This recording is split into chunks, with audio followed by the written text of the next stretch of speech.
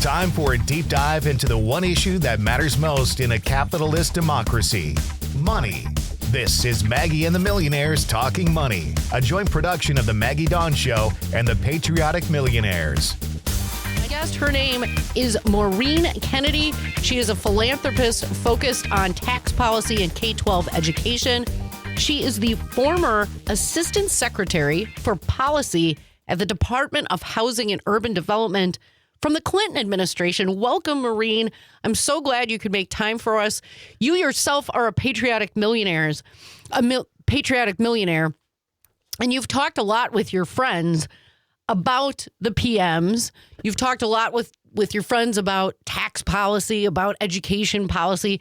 Why did you join the PMs, and why do your other friends in a similar financial situation feel about being part of the PMs? You know, I don't have a lot of other friends who are in this similar situation, I must say. But I first came across the Patriotic Millionaires on Facebook. I had a friend in the neighborhood who I didn't know anything in particular about their financial situation, and he talked a little bit about what was going on with Patriotic Millionaires. Maybe it was April 15th when we do a lot of stuff. And I just thought, I love taxes. And I love policy. This is an organization I should be checking out and getting a better handle on. And it's just, they're super smart people, and our interests and perspectives on tax policy are just really aligned. Yeah, I think, I often say, and I've said during this segment frequently, if you care about child care policy, you care about tax policy. If you care about working families, you care about tax policy. If you want to see stronger border security, you care about tax policy. So let's jump in. Let's talk first about the minimum wage. Trump has refused to support raising the federal minimum wage. It is a poverty level. It is $7.25 an hour. That is the federal minimum wage that applies in the state of Wisconsin. We haven't raised it here. Why is this important? Why is raising the minimum wage good for business and good for middle-class Americans? Well, it's good for middle-class Americans. Let's talk about that for just a minute. As you say, it hasn't been raised since 2009, when, I'm 66. I'm going to tell you guys a lot of very transparent stuff about me. I'm 66. Back in the day, I worked at McDonald's when I was 17. Truly, it was never on my resume. And I made $2.95 an hour, and I was in high school at the time. I didn't have 2 or 3 kids to support. These days, a lot of folks who work at McDonald's who are getting the minimum wage do have 2 or 3 kids, and they are very likely to be women. The people who are most affected by not increasing the minimum wage are going to be moms and moms with children. And it is outrageous to me that we're in a society where we feel like it's okay to make those least able to bear the brunt of our bad policy bear it. So that's my view on that. Yeah, it's incredible to me that we have to have a discussion about the minimum wage. It hasn't been raised since 2009. I don't know why we don't index the minimum wage to inflation, to the consumer price index. In other words, so that it has a normal, reasonable cost of living adjustment. Republicans have stood in the way of that sort of reform, both here in the state of Wisconsin and in federal government. When we just sort of zoom out at a 10,000-foot level, from your perspective, you are well-to-do, you have a retirement that you can rely upon. Do you think that government is doing what it should be for working people in this country? It can be working for working people in a couple of different ways. Things like defending unions and people's ability to advocate for their own interests, right? And we are not as strong on that as we should be, I think. It can be doing things like making sure that the earned income tax credit, which I assume you guys talk about from time to time, yes, is working well and is at the right number, and so on and so forth. It can also do things like invent the internet or really contribute to AI. So there are lots of ways that the government kind of gets involved with these things. My perspective is that the things that matter the most to working people are the least likely to have been supported through time. There's a guy, I don't know if you listen to the Pivot podcast with Kara Swisher and Scott Galloway. Scott is a maniac on the issue of the minimum wage. His view is that if you wanted to improve outcomes, but also welfare policy in this country, there's no better way to do it than to increase the minimum wage, because basically at that point you've got everybody has to comply. You can't get around it. But more importantly, you're in a situation where people are getting paid a wage that is responsible and respects the work that they do, and so on and so forth. You're not saying to them, "Oh, go work at Walmart and then go on welfare to kind of cover your gaps, or go down to the food pantry to pick up extra food every week." That is not a living wage. That's not the way this thing is supposed to work. Well, it's incredibly two-faced, if I can put it in this way, for conservatives to beat on the battle drum of bootstraps, right, and the value of hard work, when they refuse to pay people a living wage for hard work. I mean, a fundamental starting point of discussion that I've often shared with various friends of mine is, listen, we agree that hard work is the backbone of the middle class. It drives our economy. We rely on middle class and working people in this country. If we agree that if someone's willing to work 40 or 50 hard hours, decent, respectable hours of work, they should be able to live on that. There should be a dignity wage. We can actually figure out how much that costs in various areas of this country. And with some variation, it's de minimis. It basically requires a $20 an hour minimum wage. Yep. That is what it requires. And we are so far from that. So it is not, in my opinion, and I'd love to hear yours, it's not a reasonable position to say we're a bootstrap place and we believe in meritocracy, but we will only guarantee an hourly wage at $7.25. Right. And I think this is a real generational shift. Again, not to obsess about baby boomers and so on, but back in the day, you made an income. Let me make sure I can. You made an income. It increased over time. Your housing costs were relatively modest. Your health insurance costs were relatively modest. Your expenses for getting a college education were relatively modest. In California, you could get by with paying, $2,000 a year maximum if you're an in-state student. Now your income is, as you guys probably talk about all the time, basically flat since 1979. But housing costs have gone through the roof. Healthcare costs have gone through the roof. Education costs have gone through the roof. Childcare costs have gone through the roof. Why do we think that somehow working class people are not working hard enough if they can't solve that equation, right? It's just crazy to think that you can somehow, somehow solve that problem without turning to the government and saying, hey, you guys need to kick in money for my childcare. You need to kick in money to subsidize my earned income. And this is, of course, assuming that you're actually working, because there are plenty of people who can't work for a variety of reasons, either because of health issues, disability issues, they've got very small children, all kinds of situations.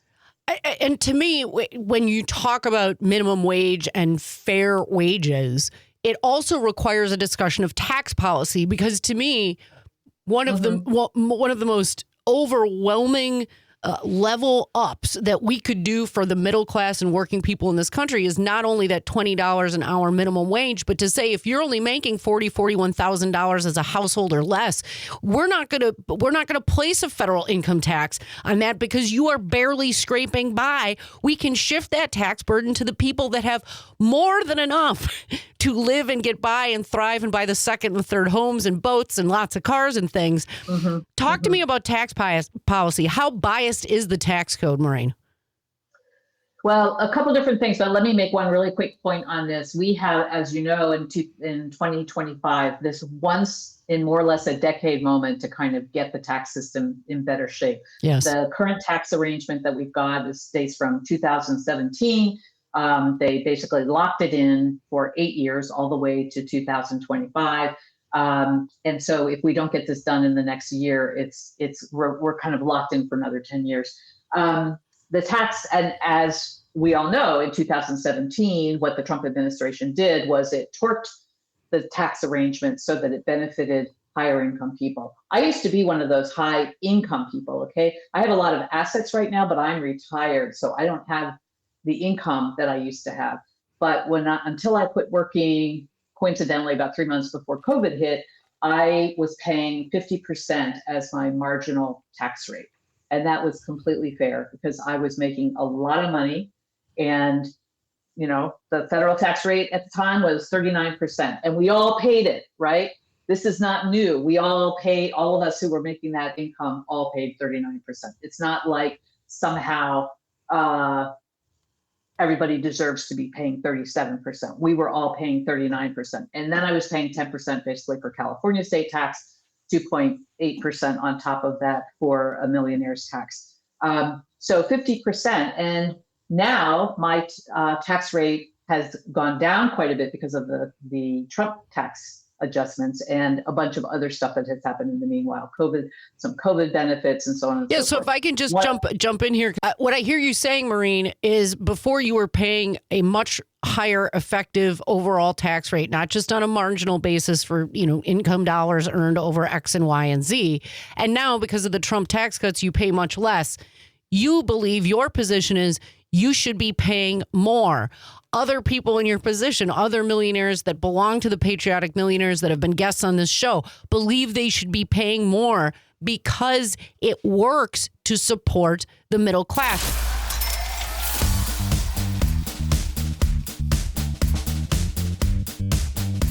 Today, our special guest is Maureen Kennedy. She is a patriotic millionaire. She was also Assistant Secretary for Policy at HUD during the Clinton administration. Welcome back, Maureen. I want to talk about the differences between income tax and capital gains tax. Can you explain it? And then can you explain or express your opinion? Is it fair that $1 earned from wealth is taxed at a much lower rate than $1 earned from work? Because it's one of the mysteries of the universe that I can't quite square. I will get to that in 1 second. Let me just follow up on something you said earlier. People like me believe that we can pay higher taxes and that we should. I think there's a bunch of other people who think that they can or know that they can do it, but they think, I don't have to, I don't want to, I just won't do it. So I think that's a big distinction here. So capital gains versus, so people, there's the whole arrangement that everything's divided between labor and capital, right? Labor and machines, labor and stuff other than a working person using their body to get stuff done. And so as a result of that, we've always had an arrangement where you're taxed for your labor, and there's a different arrangement for the way that you're taxed for everything else. Tax rate on labor right now goes up as high as 37%. Tax on everything else is only 20%.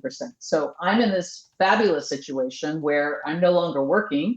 That means I'm not paying 37% for that marginal chunk of the money that I'm making any given day. I could be making the exact same amount of money on an annual basis, but make it off of my stocks and bonds, which is basically exactly what I'm doing. That's the capital part or the business part of my financial picture.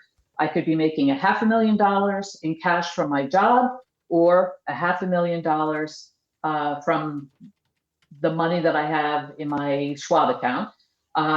And right now I'm paying 40% of what I was paying when I was working. So my tax bill is 40%, 60% lower than it was just because I happen to be getting that income from my stocks and bonds. So you can imagine that for people like Musk and Bezos and all those guys, in many cases, they actually are working for $0 or $1 a year. They're getting lots of stock options and other kinds of benefits like that. And that's why they're only paying a maximum of 20%.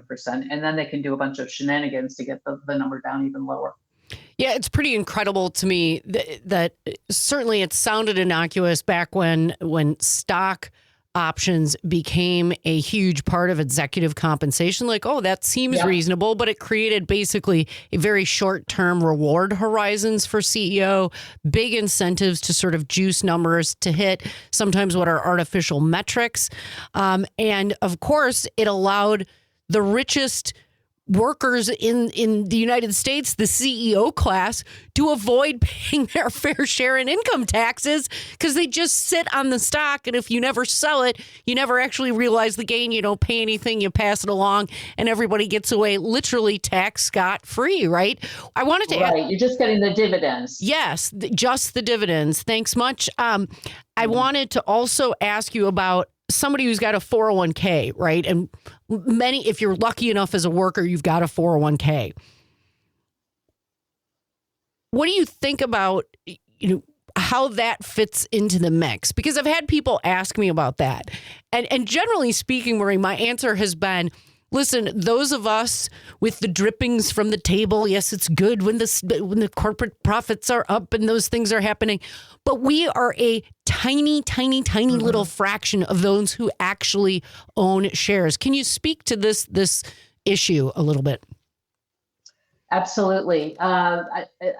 Somewhere recently, I saw that the average worker in the U.S. has like $25,000 or $30,000 in their retirement account, whatever that might be, their IRA. In my case, it's an IRA or a 401k or a 403b if you work in the nonprofit world. And that is not enough to retire on. Obviously, we used to have pensions. We don't have pensions anymore because, corporate America thought that was tough and inconvenient for them to have these long-term obligations to retirees into the future. So they said, let's just pay out a little bit now in a matching arrangement into the 401k accounts. I think 401ks are great. You still have to pay taxes on it, right? At some point, you're going to retire. You're going to start taking money out of that, and you're going to pay taxes on it. So while it's tax-free or tax-deferred now, when you're putting money into it, the federal government makes absolutely sure that eventually you're going to have to pay taxes on it.